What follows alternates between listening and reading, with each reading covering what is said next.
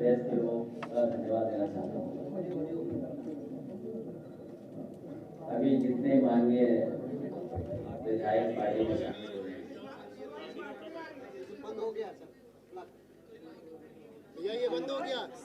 मैं पत्रकार साथियों का धन्यवाद देना चाहता हूं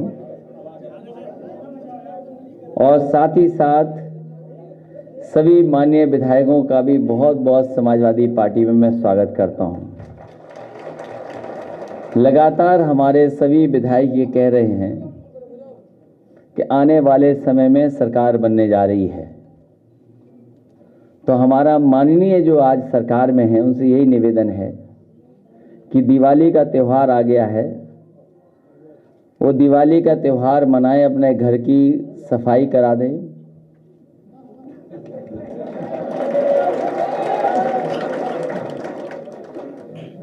सफाई को अच्छे से करवा दें, जिससे कि धुएं के निशान मिट जाएं और बाकी सब हटवा दें, जिससे आने वाली सरकार को वहां कुछ न मिले।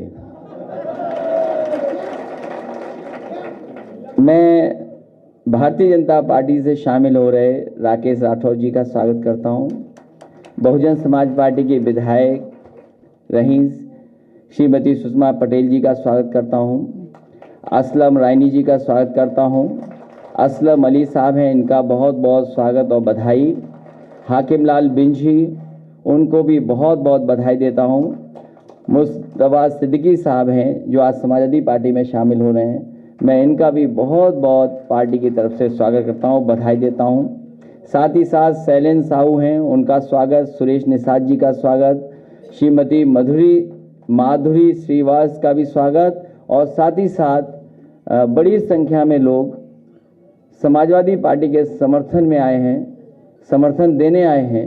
मैं उन सभी साथियों का बहुत बहुत स्वागत करता हूं, बधाई देता हूं।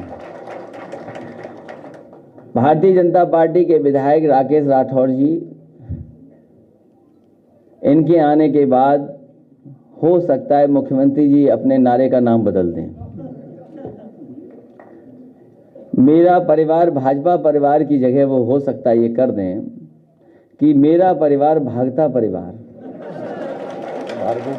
भागता परिवार।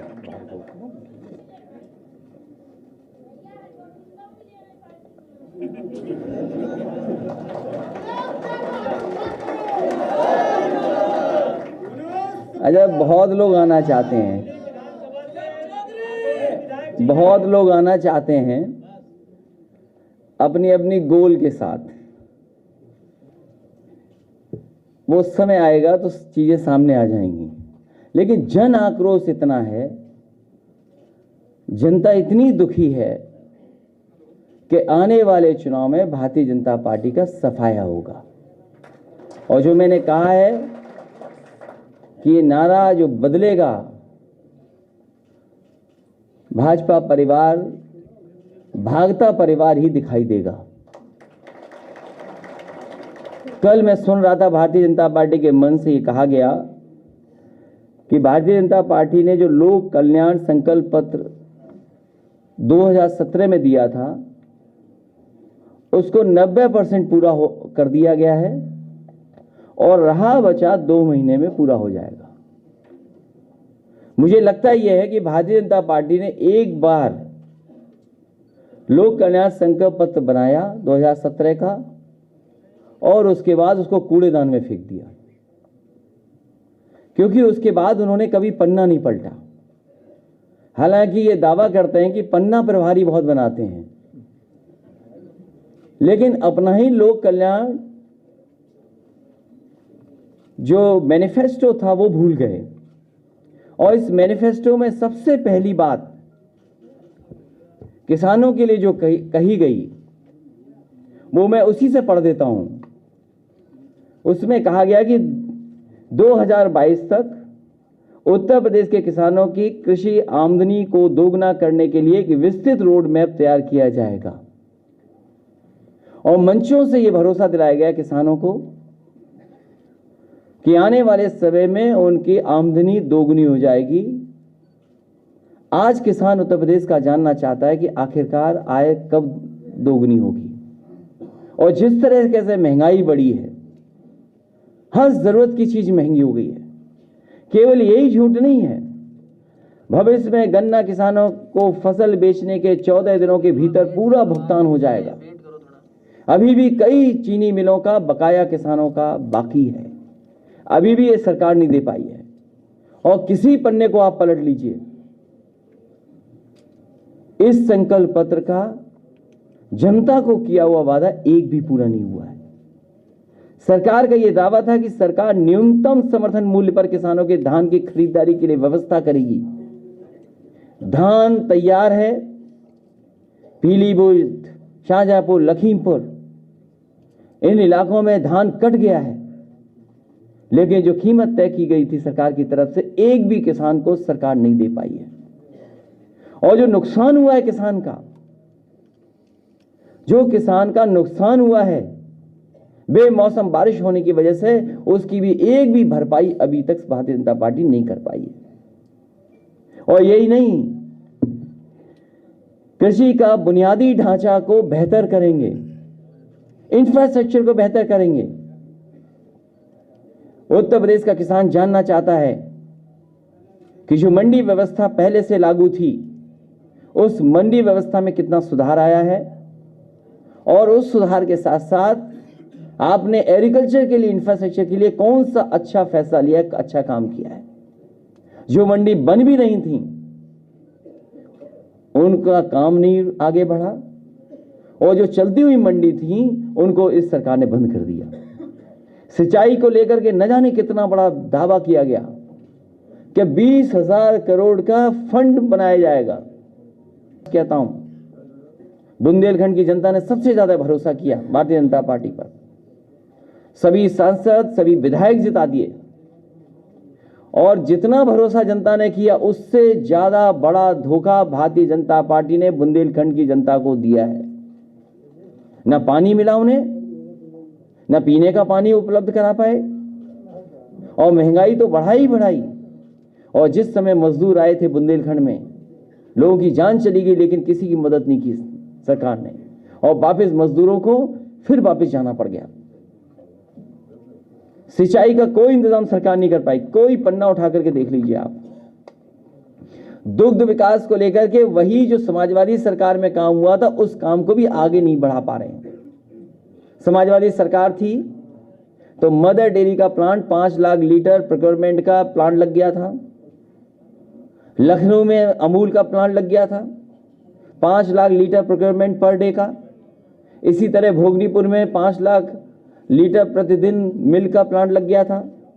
काऊ मिल्क डेयरी प्लांट लगा था कन्नौज में, और बहुत सारे उत्तर प्रदेश के पराग के प्लांट को सुधारने के लिए हजारों करोड़ रुपए बजट के माध्यम से दिया गया था। जो गुजरात से अमूल है, नया प्लांट तो नहीं लगा, लेकिन समय समय पर इन अमूल प्लांटों में गुजरात से दूध आता है। सोचिए, उत्तर प्रदेश के किसानों का दूध नहीं खरीद रही सरकार, गुजरात से दूध ला करके इन प्लांटों को चलाया जा रहा है। पशुपालन में तो क्या काम हुआ है, इससे बेहतर कोई जान नहीं सकता है। किस पन्ने को मैं पलटूं? मैं तो पत्रकार साथियों से कहूंगा कि एक पन्ना पलट करके आप हमें भी दे दो, तो मैं पढ़ दूं कौन सा बड़ा झूठ उसमें लिखा गया है। फूड प्रोसेसिंग क्या हुआ है पता नहीं। ये मुफ्त लैपटॉप, एक बात को मैं कितनी बार बोलूं, अब हमें भी नहीं अच्छा लगता बार बार बोलने में। 4.5 साल टैबलेट देते रहे, और अभी भी टैबलेट नहीं मिली है। ये पता नहीं कौन सी टैबलेट बीजेपी दे रही है। और 1 GB इंटरनेट मुफ्त, वो धुएं के निशान मिटा दिए जाएंगे। 1 GB इंटरनेट मुफ्त। बीजेपी के लोग बताएं वो 1 GB कहां है इंटरनेट। शिक्षा संस्थानों का विस्तार, शिक्षा संस्थानों में जो चीज हो रही है वो कल्पना नहीं की जा सकती, वो तो बाद में पता लगेगा। शिक्षा संस्थानों को चौपट कर दिया गया है, और एक तरह की सोच के लोगों को बैठा दिया है जिससे कि वर्षों वर्षों वही अपॉइंटमेंट होते रहें। इससे बड़ा समाज का नुकसान कोई नहीं हो सकता तो भारतीय जनता पार्टी ने शिक्षा के क्षेत्र में करके दिया है। बुनियादी ढांचा, मथुरा, काशी, झांसी एवं गोरखपुर को जोड़ने वाली रोड कॉरिडोर का निर्माण करके पूरे उत्तर प्रदेश में आपस में बेहतर तरीके से जोड़ा जाएगा। ये ऐसे लिखा है जैसे ये शहरों में तो मट्टी की सड़क बनी हुई थी पहले से। सोचो आप, जो शहर पहले से ही जुड़े हुए हैं उनको किससे जोड़ रहे हैं ये लोग? पत्रकार साथियों, ये बताओ क्या लिखा है, मैं तो खुद ही नहीं समझ पाया कि मथुरा, काशी, झांसी एवं गोरखपुर को जोड़ने वाले रोड कॉरिडोर का निर्माण करके पूरे उत्तर प्रदेश को आपस में बेहतर तरीके से जोड़ा जाएगा। क्या पहले से नहीं जुड़ा था? क्योंकि झांसी मुख्यमंत्री जी पहली बार गए थे, उन्होंने कहा कि झांसी में मेट्रो बनेगी और झांसी से सीधे दिल्ली के लिए एक्सप्रेसवे बनेगा। वो जानते ही नहीं थे कि झांसी के बाद मध्य प्रदेश आ जाता है, मध्य प्रदेश के बाद चंबल नदी आ जाती है, चंबल के बाद यमुना आ जाती है, उसके बाद कहीं आकर के यूपी आता है। तो सोचो कहां से बन रहा था वो एक्सप्रेसवे। और मेट्रो न झांसी में बनी न गोरखपुर में बनी। आज उत्तर प्रदेश में वही मेट्रो शहरों में बन रही हैं जो समाजवादी सरकार में स्वीकृत थी। वही काम आज धीरे धीरे आगे बढ़ रहा है और लखनऊ के लोगों के लिए, लखनऊ के लोगों से दुश्मनी निभाई है मुख्यमंत्री जी ने।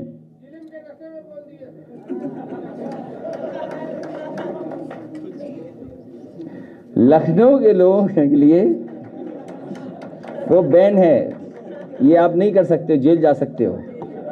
अगर जेब में पुड़िया मिल गई आपके, पुड़िया केवल बीजेपी रख सकती है। किस पन्ने को पलटूं मैं? सभी तीर्थ स्थलों को 4 लेन रोजमार्ग के साथ जोड़ा जाएगा। जो 4 लेन का हेड खुला था सड़क बनाने के लिए, वो हेड ही खत्म कर दिया बीजेपी ने। जो बजट में एक हेड खोला गया था कि इससे जिला मुख्यालयों को जोड़ा जाएगा, 4 लेन बनाई जाएगी। कम से कम भारतीय जनता पार्टी ये बताए कि उन्होंने कौन सा नया 4 लेन उत्तर प्रदेश को दिया है जिससे मुख्यालय उन्होंने स्टेट के बजट से जोड़ा है। कोई एक बताए भारतीय जनता पार्टी के 4 लेन का इस मुख्यालय से इस मुख्यालय तक 4 लेन से जोड़ दिया है। नमामि गंगे में लिखा उन्होंने, केंद्र सरकार की सहायता से गंगा, यमुना और उनकी उपनदियों को साफ करने के लिए प्राथमिकता से कदम उठाए जाएंगे। भारतीय जनता पार्टी ये बताए कि पांडु नदी है कानपुर में बहती है, जो आज एकदम नाला बन गई है, उसका एक इतिहास है। पांडु नदी कितनी साफ हो गई। यमुना नदी जो दिल्ली से निकल करके चलती है, मथुरा वृंदावन होकर के आपके इटावा होकर के चंबल में मिल जाती है, चंबल उससे मिल जाती है, आगे जाकर के इलाहाबाद में संगम में। बताओ यमुना कितनी साफ हो गई आगरा में, मथुरा में। और जो कॉरिडोर बन भी रहा था वरुणा कॉरिडोर, वो भी रोक दिया गया। लखनऊ का जो सबसे एक बड़ा उदाहरण होता कि नदियां कैसे साफ की जाती हैं, नदियां शहरों में कैसे साफ बहेंगी, उस प्रोजेक्ट को भी रोक दिया क्योंकि हमारे मुख्यमंत्री जी को घूमना नहीं अच्छा लगता। उन्हें घूमने का कोई शौक नहीं है, उन्हें पार्क में जाने की भी कोई फुर्सत नहीं है। पता नहीं क्या करते हैं। वह उम्मीद है कि इस दिवाली पर बहुत अच्छी तरह साफ सुथरा मुख्यमंत्री आवास कर देंगे, क्योंकि आने वाले समय में कोई दूसरी सरकार आने वाली है। मैं एक बार फिर सभी विधायकों का और सभी साथी जो समाजवादी पार्टी में शामिल हो रहे हैं, मैं उनको आज स्वागत करता हूं। एक हमारी भीम सेना भी है, उनका भी बहुत बहुत स्वागत, बहुत बहुत बधाई।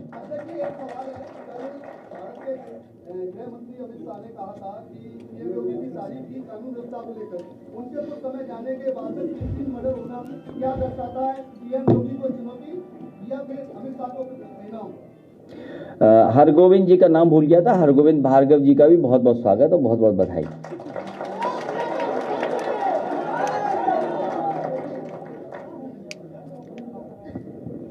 क्या बताएं उनके लिए, वो जाने वाले हैं।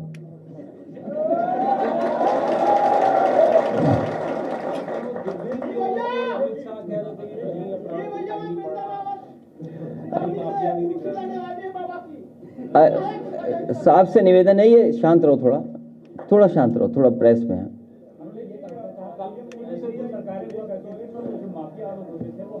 देखिए, भारतीय जनता पार्टी ये बताए और हमारे उत्तर प्रदेश के मुख्यमंत्री जी ये बताएं, और पूरे प्रदेश में घूम करके आए मुख्यमंत्री जी, पूरे देश के जितने प्रदेश हैं वो घूम के आए और ये बताएं उत्तर प्रदेश की जनता को कि इससे अच्छा रिस्पांस सिस्टम किसी स्टेट ने बनाया हो तो बता दो, जो समाजवादी सरकार में उत्तर प्रदेश को समाजवादी सरकार ने बना करके दिया। आखिरकार उन्होंने कौन सा बड़ा काम किया?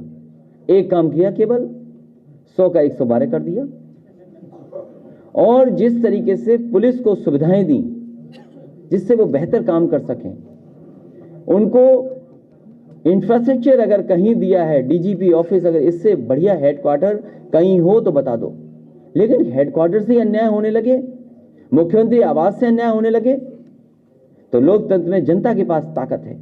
जनता में इतना आक्रोश है इस बार, किसी को न्याय नहीं मिल रहा।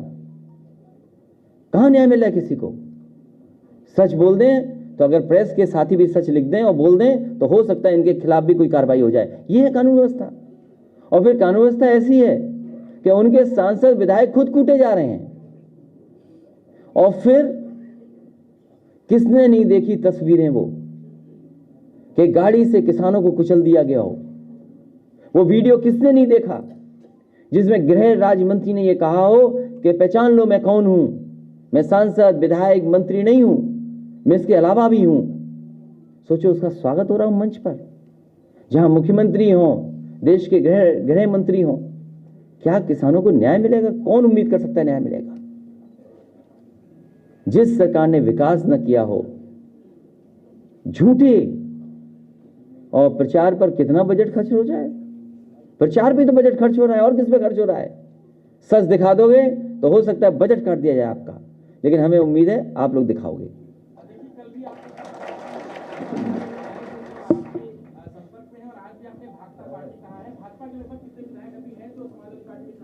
आप प्रेस में आते रहना, देखते रहना।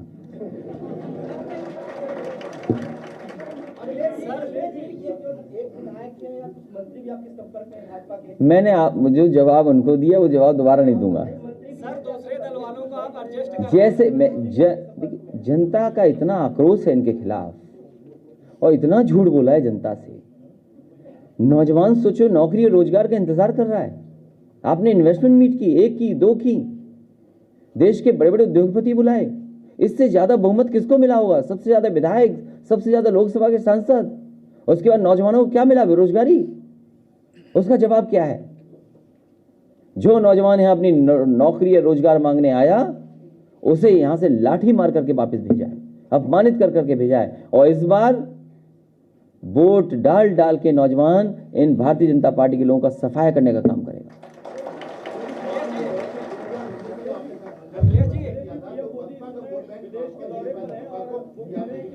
अच्छा, वो बातें मैंने नहीं कहा कभी, मैंने नहीं कहा कभी,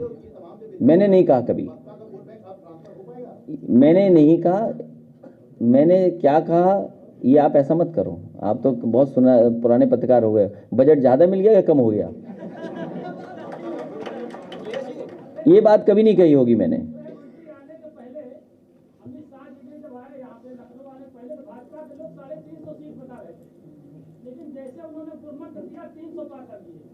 सोचो क्या होने जा रहा है, क्या होने जा रहा है? सोचो, हो सकता है 3 भी ना मिले। वीडियो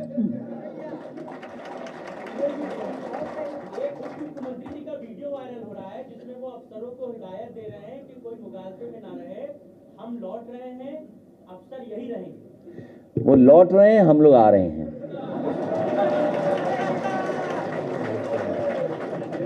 अखिलेश जी, आपकी पार्टी में दूसरे दल से लोग आ रहे हैं, तो आप अपने कार्यकर्ताओं को कैसे एडजस्ट करें? कहीं उसमें तो हद नहीं मच जाएगी बात। ये प्रॉब्लम मेरी है, आपकी नहीं है।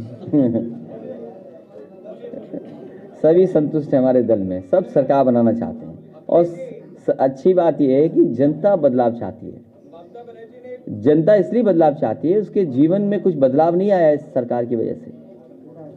कोई नया काम नहीं किया सरकार ने और परेशानियां बढ़ाई हैं सरकार ने, झूठ बोला है सरकार ने। और आपको तो ये बोलना चाहिए कि जो हाल में बड़े बड़े उद्घाटन हुए हैं, बीजेपी ने जो उद्घाटन किए हैं, क्या सपा सरकार के वो काम नहीं थे? आप बताइए, चाहे एयरपोर्ट हो, चाहे रोपवे हो, चाहे लखनऊ का कोई होटल या जो किया था बटलर पैलेस में, क्या था वो? क्या सपा का काम नहीं है वो? लेकिन मुश्किल हमारे सामने ये है कि हमारे पत्रकार साथी भी नहीं लिखते कि सपा का काम है।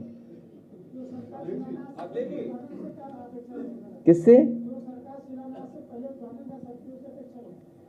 हटेगी अब?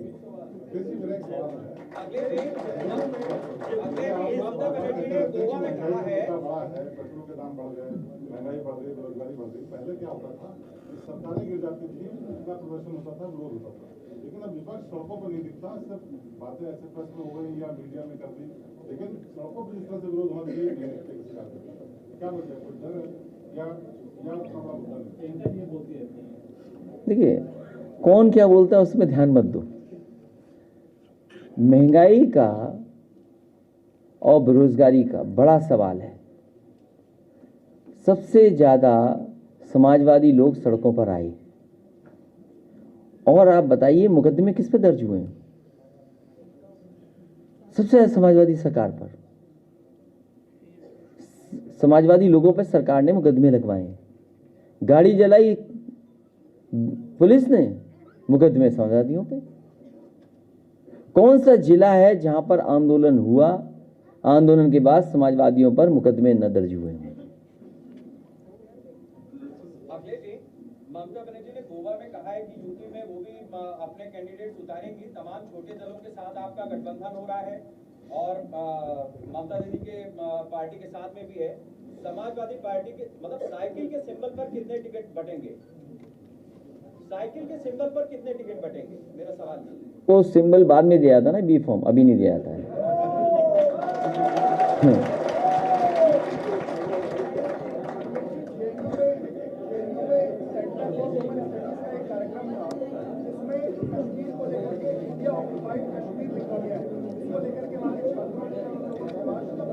उत्तर प्रदेश का चुनाव है।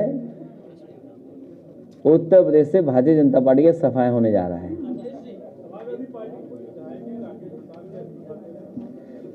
अब निराश हो गए होंगे सरकार से, दुखी होंगे वहां के अधिकारियों से। हाँ, मुझे पता है किस विधानसभा से हैं। तो सरकार से दुखी हैं, निराश हैं।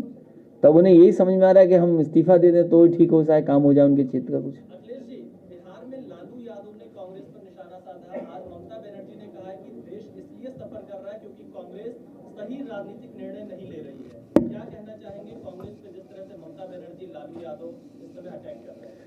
ममता जी ने ये भी कहा है प्लस में कि जहां जहां मोदी सभा करेंगे वहां आके सभा भी करूंगा।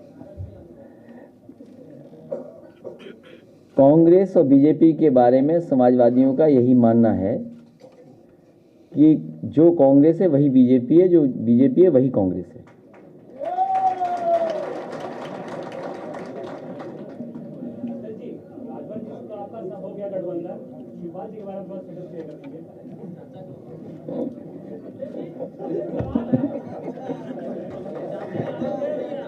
उनका भी सम्मान से सम्मान रखा जाएगा।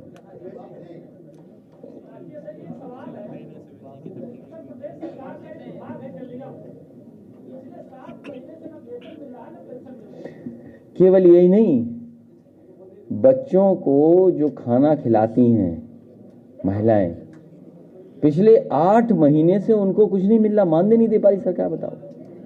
और न जाने कितने विभाग होंगे जहां पर कर्मचारियों को नहीं मिल रहा होगा कुछ भी। ये आप देखना, भारतीय जनता पार्टी के लोग रहे, इन्हें सत्ता में ज्यादा रहने का मौका मिल गया तो ये सरकार को भी आउटसोर्स कर देंगे।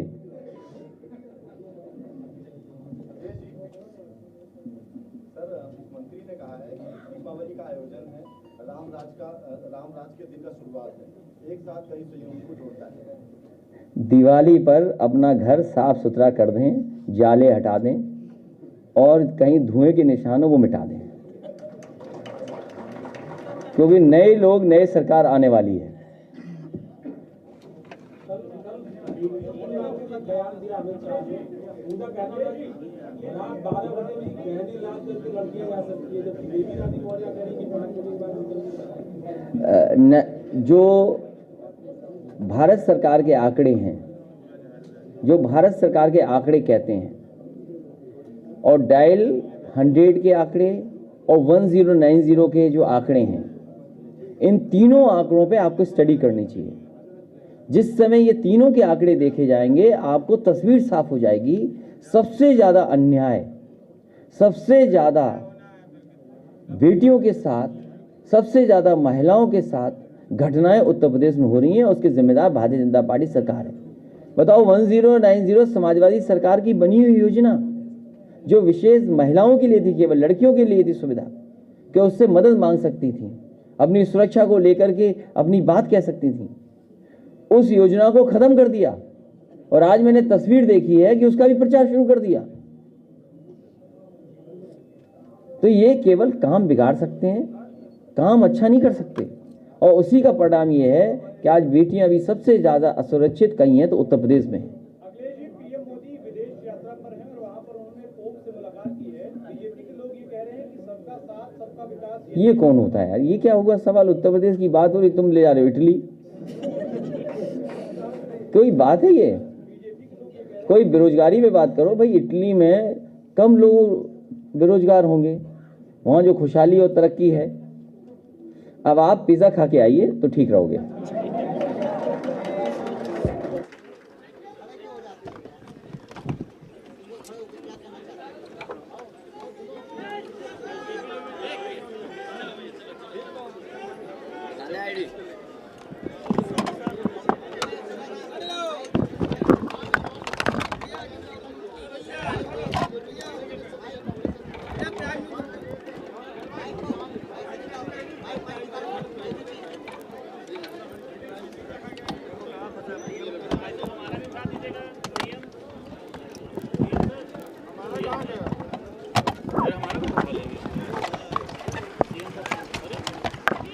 लगा दी, याहू हमारा बड़ा खिलाड़ी है।